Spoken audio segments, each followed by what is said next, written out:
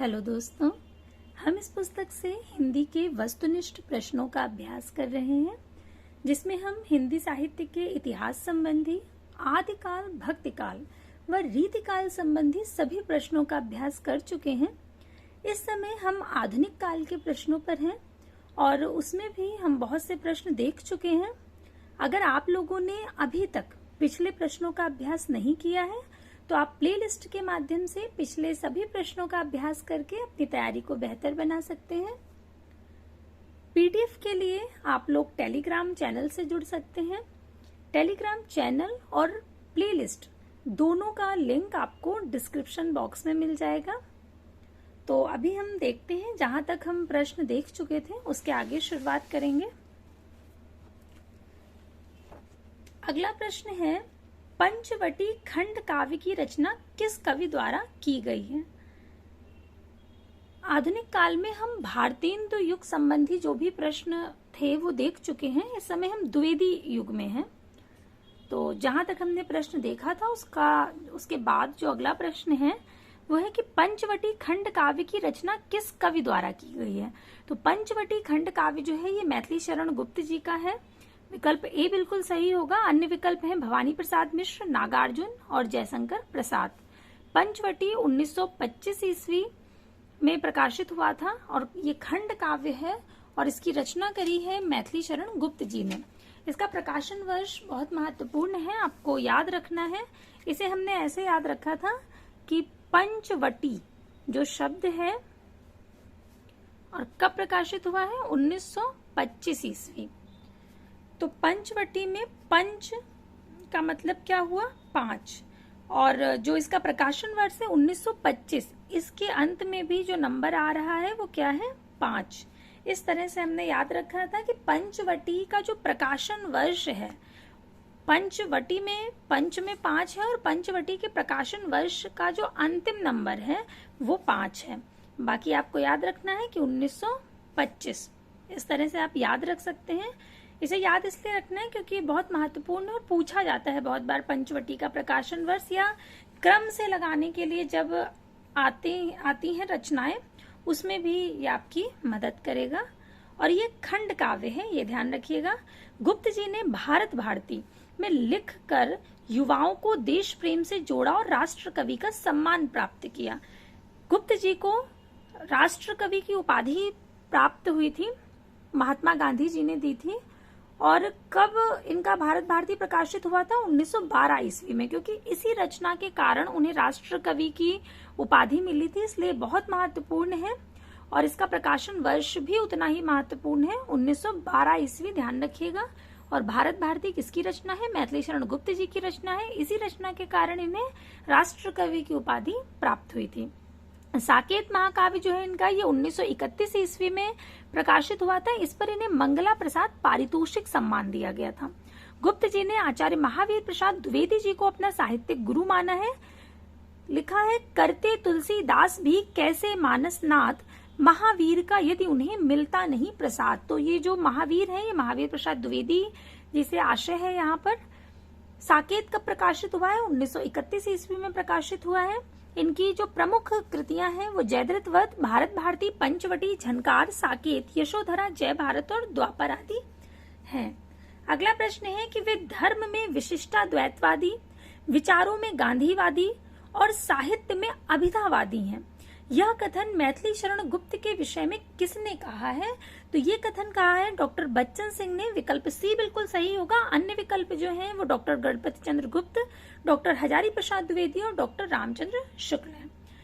वे धर्म में विशिष्टाद्वैतवादी, विचारों में गांधीवादी और साहित्य में अभिधावादी हैं। ध्यान रखिएगा, किसने कहा है? डॉक्टर बच्चन सिंह ने कहा है। मैथिली शरण गुप्त को हिंदी साहित्य जगत में दद्दा नाम से संबोधित किया जाता था। अगर आपने महादेवी वर्मा जी को पढ़ा होगा तो ये बात आप बहुत अच्छे से जानते होंगे कि दद्दा किसे कहा जाता है साहित्य में, हिंदी साहित्य में? मैथिली शरण गुप्त जी को।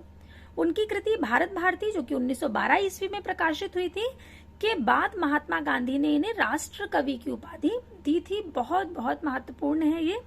मैथिली शरण गुप्त ने 12 वर्ष की अवस्था में ब्रज भाषा में कनकलता नाम से कविता रचना आरंभ किया था। किस नाम से किया था? कनकलता नाम से। मात्र कितने वर्ष की अवस्था में? 12 वर्ष की अवस्था में। किस भाषा में आरंभ किया था? तो ब्रज भाषा में आरंभ किया था। तो मैथिली शरण गुप्त जी ने किस नाम से कविता लिखना आरंभ किया था? इस तरह से प्रश्न पूछा जा सकता है, तो याद रखिएगा कनकलता। अगला प्रश्न है कृषक क्रंदन इनमें से किसकी काव्य कृति है? कृषक क्रंदन बहुत महत्वपूर्ण ये है और बहुत बार पूछा गया है। कृषक क्रंदन किसकी कृति है? राम नरेश त्रिपाठी जी की, गया प्रसाद शुक्ल सनेही जी की, राम कुमार वर्मा जी की या मैथिली शरण गुप्त जी की? क्योंकि ये अति महत्वपूर्ण है, आपको इसे बिल्कुल अच्छे से याद रखना है। तो इस तरीके से आप इसे याद रख सकते हैं। रचना का नाम है कृषक क्रंदन। कृषक क्रंदन। क्रंदन का मतलब विलाप करने से, रोने से आप यहाँ पर ले सकते हैं, और क्रंदन का आशय इसी से मिलता जुलता होता है। तो कृषक क्रंदन कर रहे हैं, तो जब वो क्रंदन कर रहे हैं इसका मतलब वो दुखी हैं। तो उन्हें क्या चाहिए होगा? स्नेह चाहिए होगा। जब कोई व्यक्ति क्रंदन कर रहा है तो उसे क्या करेंगे? स्नेह देंगे, यानी प्रेम देंगे, तभी वो क्या होगा? चुप हो जाएगा या खुश हो जाएगा। इस तरह से आप जोड़कर याद रख सकते हैं कि जब कोई क्रंदन कर रहा है तो उसे क्या चाहिए? स्नेह। और स्नेह से आप स्नेह शब्द याद रख सकते हैं। ये स्नेह का तत्सम रूप मान लीजिए, तत्सम नहीं, तद्भव रूप मान लीजिए, स्नेह का स्नेह। तो जब कोई क्रंदन कर रहा है तो उसे किसकी आवश्यकता है? स्नेह की।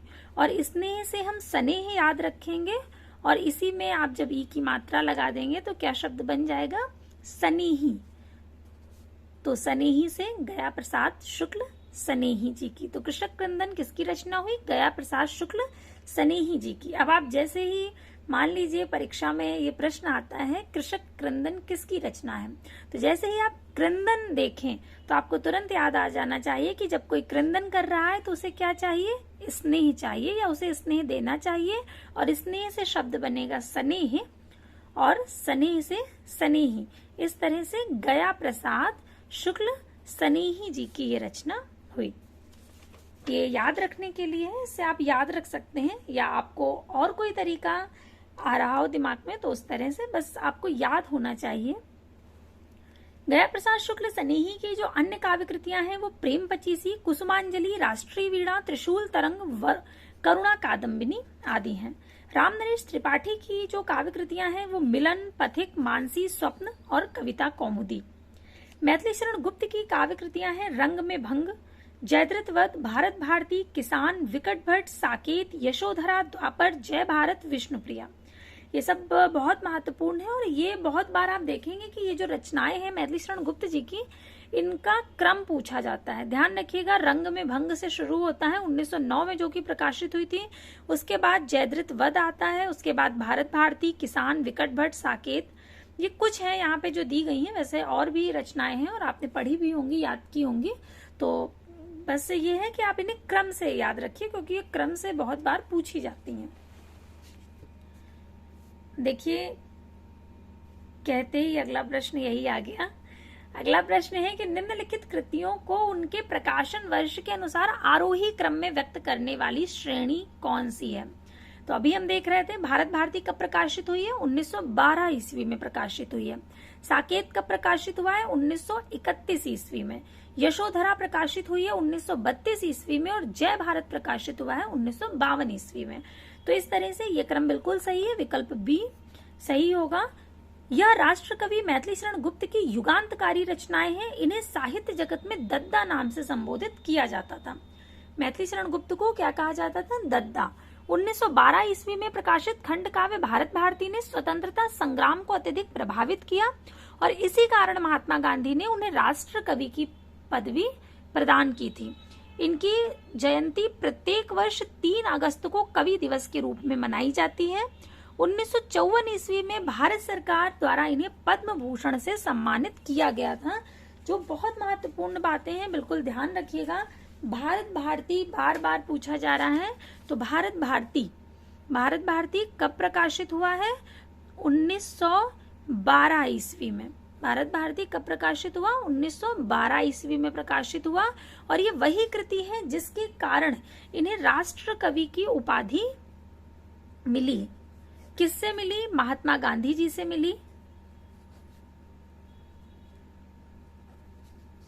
भारत भारती कब प्रकाशित हुआ? 1912 ईस्वी में प्रकाशित हुआ।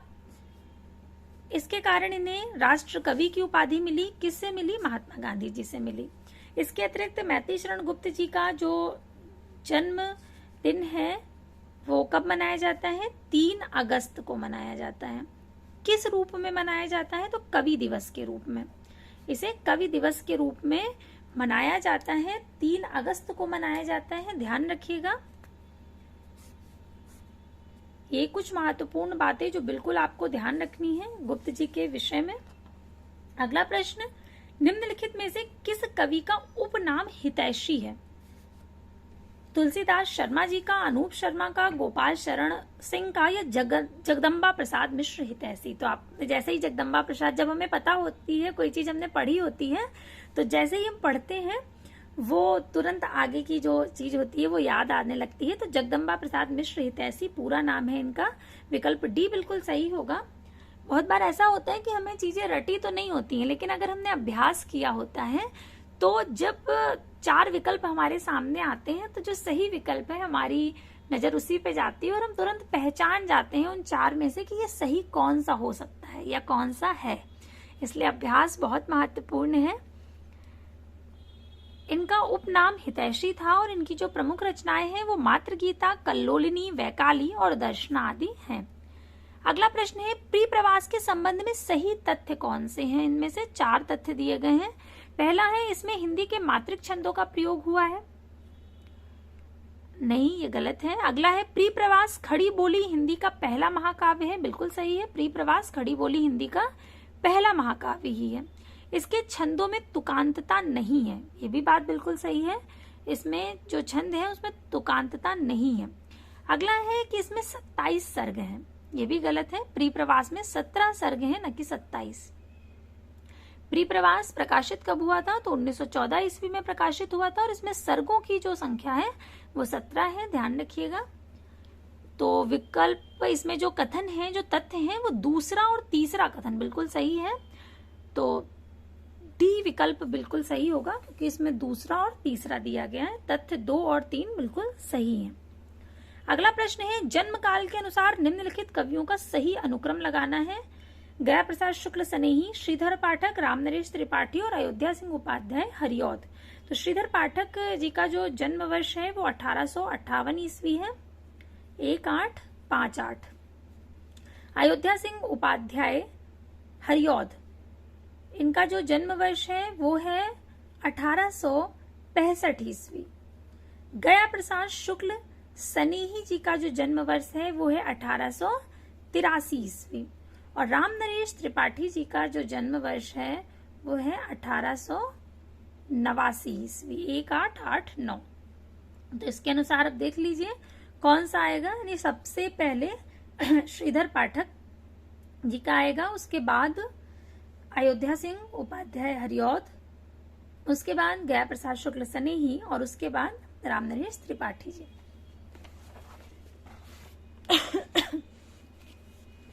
इसके अनुसार विकल्प ए बिल्कुल सही होगा, 2, 4, 1, 3। अगला प्रश्न है, हम राज्य लिए मरते हैं, सच्चा राज्य परंतु हमारे कृषक ही करते हैं।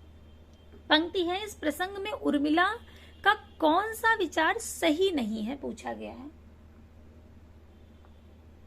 ये जो पंक्ति है ये उर्मिला द्वारा कही गई है और पूछा गया है कि इस प्रसंग में उर्मिला कौन सा विचार जो है वो नहीं कहना चाहती हैं।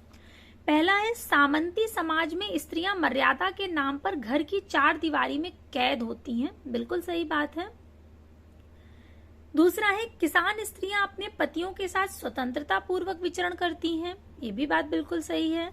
किसान राज समाज से अधिक सुखी हैं, ये भी सही है। और राज्य सुख भाग्यशाली लोगों को प्राप्त होता है, ये गलत है, ऐसा वो नहीं कहना चाहती हैं। ये उस समय कहा गया है जब उर्मिला अपने पति वियोग में है और वो कृषक जो स्त्रियां हैं उन्हें देखती हैं कि वो किस तरह से अपने पति के साथ खेतों पर जाती हैं, वहां साथ में उनके साथ रहती हैं, काम करती हैं, यानी अपना अधिकांश समय जो कृषक की पत्नियां हैं वो अपने पति यानी कृषक के साथ व्यतीत करती हैं। और जो राजमहल की स्त्रियां हैं उन्हें ऐसा सौभाग्य प्राप्त नहीं हो पा रहा है, जबकि वो कहाँ की हैं, वो तो राजमहल में है, तो उन्हें तो अधिक सुखी होना चाहिए। लेकिन सुखी उन्हें कौन दिख रहा है इस समय? कृषक की पत्नियां जो हैं उन्हें वो अधिक सुखी दिखाई दे रही हैं, क्योंकि वो अपना अधिकांश समय अपने पति के साथ व्यतीत कर पा रही हैं। तो ये बात उन्होंने कहा है कि हम राज्य लिए मरते हैं, कि हम मान सम्मान और इन सब चीजों में पड़े रहते हैं, सच्चा राज्य परंतु हमारे कृषक ही करते हैं। लेकिन जो सच्चा राज्य यानी वास्तविक जीवन जो जी रहा है वो तो हमारा जो कृषक वर्ग है वही जी रहा है, स्वतंत्रता से जी रहा है। तो इन्होंने वही बात कही है कि सामंती समाज में स्त्रियां मर्यादा के नाम पर, उन्हें मर्यादा के नाम पे घर की चार दीवारियों में कैद कर दिया जाता है, और किसान स्त्रियां जो होती हैं वो अपने पतियों के साथ स्वतंत्रता पूर्वक विचरण करती हैं, तो वो ज्यादा सुखी हैं। किसान राज समाज से अधिक सुखी है। ये विचार उर्मिला के मन में आ रहा है, जबकि ऐसा कुछ नहीं है कि राज्य सुख भाग्यशाली लोगों को प्राप्त होता है। वो जबकि इस समय किसे अधिक भाग्यशाली कह रही हैं? कृषक को कह रही हैं, कृषक पत्नियों को कह रही हैं। इसलिए विकल्प डी सही होगा, क्योंकि ये गलत है। अगला प्रश्न है कि आज रात इससे परदेसी चल कीजिए विश्राम यहीं, जो कुछ वस्तु कुटी में मेरे ग्रहण संकोच नहीं। ये पंक्ति किसकी है? तो ये पंक्ति है श्रीधर पाठक जी की। विकल्प बी बिल्कुल सही होगा। ये श्रीधर पाठक जी की पंक्ति है। अभी हमने श्रीधर पाठक जी का जन्म वर्ष देखा था, अगर आपने ध्यान से देखा है तो क्या था? 1858, 1858। ये जब भी आप देखें और किसी का आपने जन्म वर्ष याद किया है तो जब भी कवि का नाम देखें तो तुरंत आपके मस्तिष्क में वो चीज आ जानी चाहिए। इससे क्या होगा, धीरे धीरे आपको सभी के जन्म वर्ष याद हो जाएंगे और पता भी नहीं लगेगा। और इस तरह के प्रश्न पूछे भी बहुत जाते हैं। तो श्रीधर पाठक का जन्म वर्ष क्या है? 1858, 1858। इनका जन्म वर्ष जब बता रही हूँ तो केशव दास की याद आ गई कि केशव दास का जन्म वर्ष हमने याद किया था। बहुत अलंकार वाला था ना उनका, क्योंकि वो एक अलंकारवादी कवि हैं, और तो उनका जो जन्म वर्ष है उसमें जो संख्या है वो भी बहुत अलंकृत रूप में लगी हुई है। इस तरह से हमने याद किया था।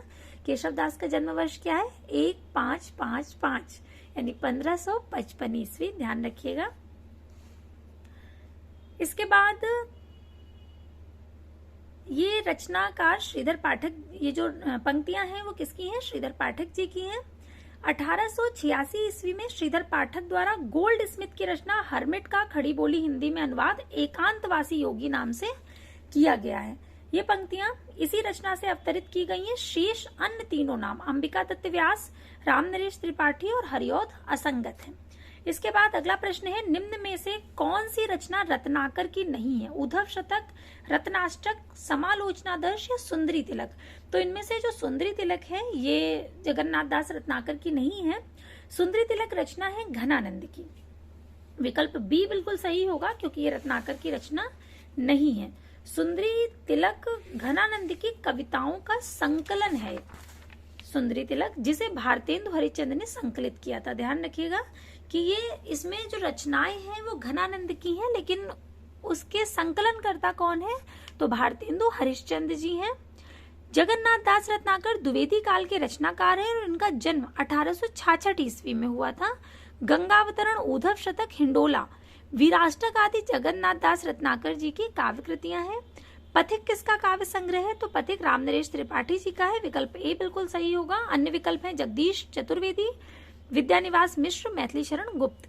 पथिक काव्य संग्रह राम नरेश त्रिपाठी का है। मिलन, पथिक, मानसी, स्वप्न, स्वप्न हेतु इन्हें हिंदुस्तानी अकादमी पुरस्कार भी मिला था। अगला प्रश्न है, अयोध्या सिंह उपाध्याय हरिऔध का ग्रंथ प्री प्रवास किस भाषा में लिखा है?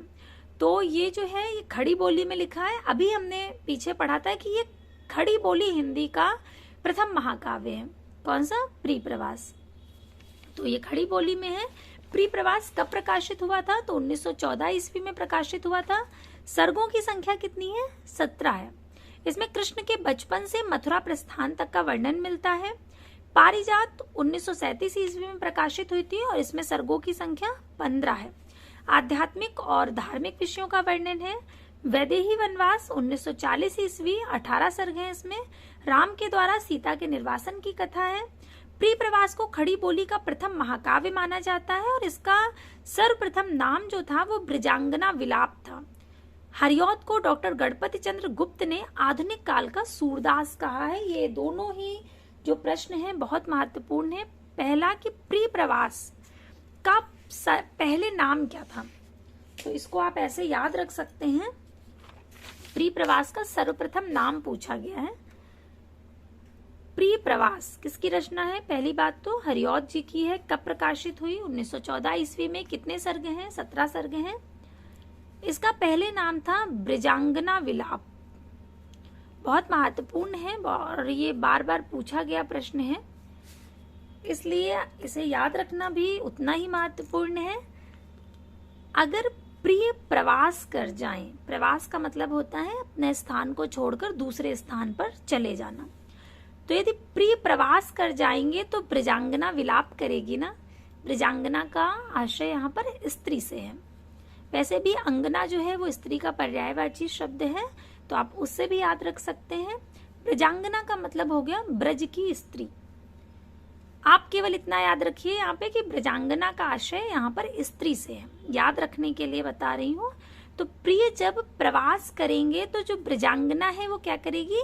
विलाप करेगी। बस आपको इतना याद रखना है कि प्रिय के प्रवास करने से क्या होगा? ब्रजांगना विलाप करेगी। इससे आप याद रख सकते हैं कि प्रिय प्रवास का जो पहले नाम था वो ब्रजांगना विलाप था। और इसमें कितने सर्ग हैं? तो 17 सर्ग हैं। कब प्रकाशित हुआ? 1914 ईस्वी में। इतनी जो प्रिय प्रवास के विषय में ये कुछ महत्वपूर्ण बातें जो आपको याद रखनी है। और दूसरा, ये खड़ी बोली हिंदी का प्रथम महाकाव्य भी है। हरिऔध को गणपति चंद्र गुप्त ने आधुनिक काल का सूरदास कहा है। ये भी बहुत महत्वपूर्ण है कि आधुनिक काल का सूरदास किसे कहा जाता है, तो हरिऔध को कहा जाता है। किसने कहा है? गणपति चंद्र गुप्त जी ने कहा है।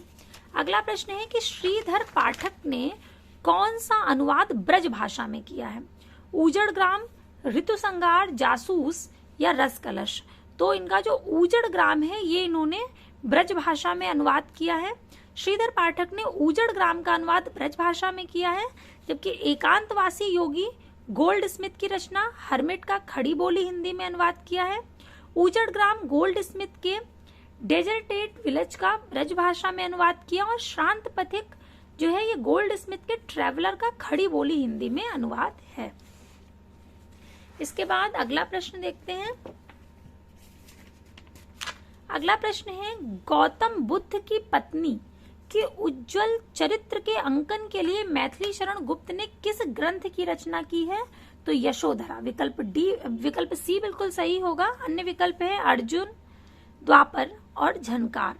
तो यशोधरा जो कि 1932 ईस्वी में प्रकाशित हुई थी, ये मैथिली शरण गुप्त ने का गीत नाट्य शैली पर लिखा गया है ग्रंथ। इसमें महात्मा बुद्ध के संन्यास के उपरांत यशोधरा की जो उदात्त स्थिति है उसका चित्रण किया है। इसकी एक पंक्ति जो है वो यहाँ पर दी गई है कि सिद्ध हेतु स्वामी गए यह गौरव की बात, पर चोरी चोरी गए यही बड़ा व्याघात। यशोधरा को इस बात का बहुत कष्ट था कि बुद्ध उन्हें छोड़ करके चले गए, बिना गए लेकिन वो बता कर जाते, बिना बताए जो चले गए, इस बात का उन्हें बहुत कष्ट था। जब आप इस रचना को पढ़ेंगे, अद्भुत रचना है ये भी। गुप्त जी ने साकेत 1931 ईस्वी में लिखा था, जो कि एक महाकाव्य है। इस पर इन्हें मंगला प्रसाद पारितोषिक सम्मान मिला। गुप्त जी ने आचार्य महावीर प्रसाद द्विवेदी को अपना साहित्यिक गुरु माना है।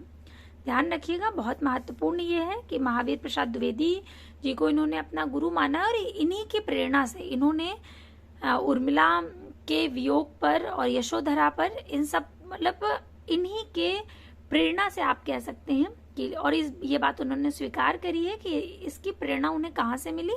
महावीर प्रसाद द्विवेदी जी ने एक लेख लिखा था जिससे मिली थी। इसके बारे में हम विस्तार से पिछली क्लास में पढ़ भी चुके हैं। अगला प्रश्न है कि मनोविनोद भाग 1, 2 और 3 किसकी रचना है? तो मनोविनोद भाग 1, 2 और 3 ये रचना है श्रीधर पाठक की। विकल्प सी बिल्कुल सही होगा। फिर देखिए, श्रीधर पाठक का नाम जब आया तो आपके मस्तिष्क में तुरंत इनका जो जन्म वर्ष है वो याद आ जाना चाहिए आपको। क्या है? 1858। मनोविनोद भाग 1, 2, 3 ये श्रीधर पाठक की ब्रज भाषा में रचित मौलिक काव्य हैं। श्रीधर पाठक खड़ी बोली के प्रथम स्वच्छंदतावादी कवि हैं। इनका कश्मीर सुषमा में ब्रज भाषा में रचित एक अन्य मौलिक काव्य इनका है कश्मीर सुषमा। हल्दी घाटी नामक महाकाव्य के रचयिता कौन है? तो हल्दी घाटी श्याम नारायण पांडे जी का है। इस पर हमने कल वाली क्लास में भी चर्चा की थी। श्याम नारायण पांडे का जो हल्दी घाटी और जौहर है उस पर। श्याम नारायण पांडे द्विवेदी युग के महत्वपूर्ण कवि हैं। हल्दी घाटी तथा जौहर इनका महाकाव्य है। माखनलाल चतुर्वेदी राष्ट्रीय सांस्कृतिक धारा के कवि हैं और इन्हें एक भारतीय आत्मा के नाम से जाना जाता है। भारतीय आत्मा के नाम से किसे जाना जाता है? माखनलाल चतुर्वेदी जी को। अगला प्रश्न है कि आचार्य रामचंद्र शुक्ल ने प्रिय प्रवास की निम्नलिखित में से किस विशेषता का उल्लेख नहीं किया है? पहला है, अधिकतर पदों में बड़े ढंग से हिंदी अपनी चाल पर चली चलती दिखाई पड़ती है। सही है, किया है। इसकी कथा वस्तु एक अच्छे प्रबंध के लिए पर्याप्त है। ये बात सही नहीं है, इसलिए विकल्प बी सही होगा। अन्य है कि यह काव्य अधिकतर भाव व्यंजनात्मक और वर्णनात्मक है। सही है। हिंदी को है, था, किया, दिया ऐसी दो एक क्रियाओं के भीतर ही सिमट कर रह जाना पड़ा है। ये भी बात शुक्ल जी ने कही है, इसलिए ये भी सही है। केवल विकल्प बी सही नहीं है, इसलिए वो सही होगा क्योंकि वो बात उन्होंने नहीं कही है। अयोध्या सिंह उपाध्याय हरिऔध की जो महत्वपूर्ण रचनाएं हैं वो रसिक रहस्य, प्रेम प्रपंच, चोखे चौपदे, चुभते चौपदे, प्रिय प्रवास, पद्म प्रसून, रस कलश, फूल पत्ते, कल्पलता और मर्म स्पर्श आदि हैं। अगला प्रश्न है, भालों में रण झनकार अभी, लटकी कट में तलवार अभी, भोले पर में ललकार अभी, आंखों में है अंगार अभी। प्रज्ञा प्रवाह उद्धृत उपर्युक्त पंक्तियां किस कवि की हैं? तो ये है श्याम नारायण पांडे जी की। विकल्प डी बिल्कुल सही होगा। अन्य विकल्प है मैथिली शरण गुप्त, कन्हैया लाल सेठिया, रामधारी सिंह दिनकर। रामधारी सिंह दिनकर की बहुत महत्वपूर्ण पंक्ति दी गई है कि हम कौन थे, क्या हो गए, क्या होंगे अभी, आओ विचारें आज मिलकर ये समस्याएं सभी। बहुत महत्वपूर्ण पंक्ति है मैथिली शरण गुप्त जी की, ध्यान रखिएगा। अगली एक पंक्ति दिनकर की दी गई है, ये भी बहुत महत्वपूर्ण है। स्वानों को मिलता दूध भात, बच्चे भूखे अकुलाते हैं, माँ की हड्डी से ठिठुर चिपक जाड़े की रात बिताते हैं, स्त्री के लज्जा वसन बेच जब ब्याज चुकाए जाते हैं, मालिक तब तेल फुलेलों पर पानी सा द्रव्य बहाते हैं। ये पूरी पंक्ति याद आ गई। बहुत अच्छा है ये, जब आप पूरा पढ़ेंगे बिल्कुल यथार्थ वर्णित हुआ है इसमें। उस समय की जो स्थिति थी दिनकर ने उसे वर्णित किया है। तो ये दिनकर की पंक्ति है, ध्यान रखिएगा। अगला है, भारत भारती के रचनाकार कौन है? तो अभी हम बहुत बार पढ़ चुके हैं। भारत भारती के रचनाकार कौन है? मैथिली शरण गुप्त जी हैं। कब प्रकाशित हुई थी? 1912 ईस्वी में प्रकाशित हुई थी और इसी के कारण इन्हें राष्ट्र कवि की उपाधि महात्मा गांधी जी से मिली थी। भारत भारती के रचनाकार मैथिली शरण गुप्त हैं और इस रचना की मूल प्रेरणा मुसद्दे हाली तथा ब्रजमोहन दत्तात्रेय कैफीकृत भारत दर्पण पुस्तक से प्राप्त हुई। इसी रचना को लिखने पर महात्मा गांधी ने इन्हें राष्ट्र कवि की उपाधि दी थी। अगला प्रश्न है कि आधुनिक काल के काव्य में कविताएं किस भाषा में लिखी जाती थी?